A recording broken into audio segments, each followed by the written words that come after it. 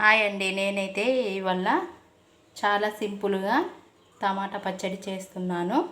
ఇవి 3 టమాటాలు తీసుకొని కడిగేసుకొని ఇలా ముక్కలుగా కట్ చేసుకొని పక్కకు పెట్టుకోవాలి.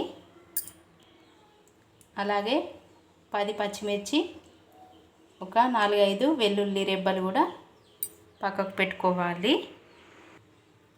ఇప్పుడు స్టవ్ పైన గిన్నె పెట్టుకొని గిన్నెలో కొద్దిగా ఆయిల్ వేసుకోవాలి.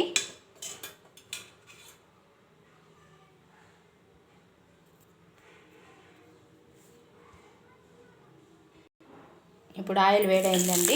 ఇందులో పచ్చిమిర్చి వేసుకొని వేయించుకోవాలి. ఇలా పచ్చిమిర్చి వేయించుకోవాలి. వేయించుకున్న తర్వాత ఇందులోనే కొద్దిగా ధనియాలు కూడా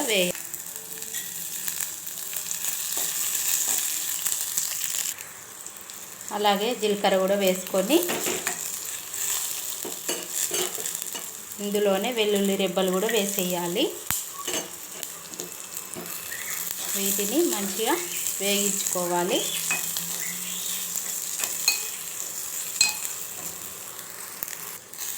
వేగిపోయినాయండి.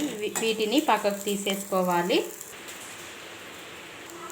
ఇప్పుడు అదే గిన్నె పెట్టుకొని ఇందులో మరికొద్ది ఆయిల్ వేసేసుకోవాలి.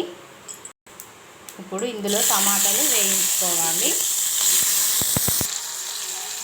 ఇలా మొత్తం టమాటా ముక్కలు వేసేసి మొత్తం దగ్గర పడే వరకు మగ్గించుకోవాలి. ఇందులో కొద్దిగా చింతపండు వేసి ఒకసారి ఇలా కలుపుతూ మగ్గించుకోవాలి.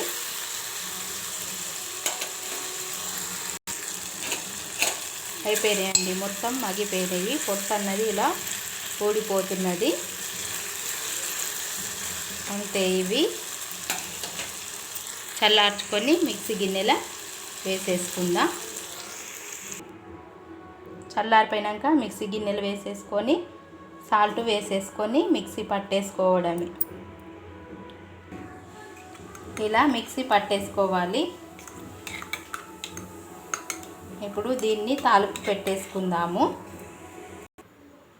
తాలింపు కోసం ఒక గంజు పెట్టుకొని ఇందులో ఆయిల్ వేసుకొని ఆయిల్ వేడైన తర్వాత కొద్దిగా ఆవాలు చిటపటలాడిన తర్వాత 4 వెల్లుల్లి రెబ్బలు కూడా వేసుకోవాలి.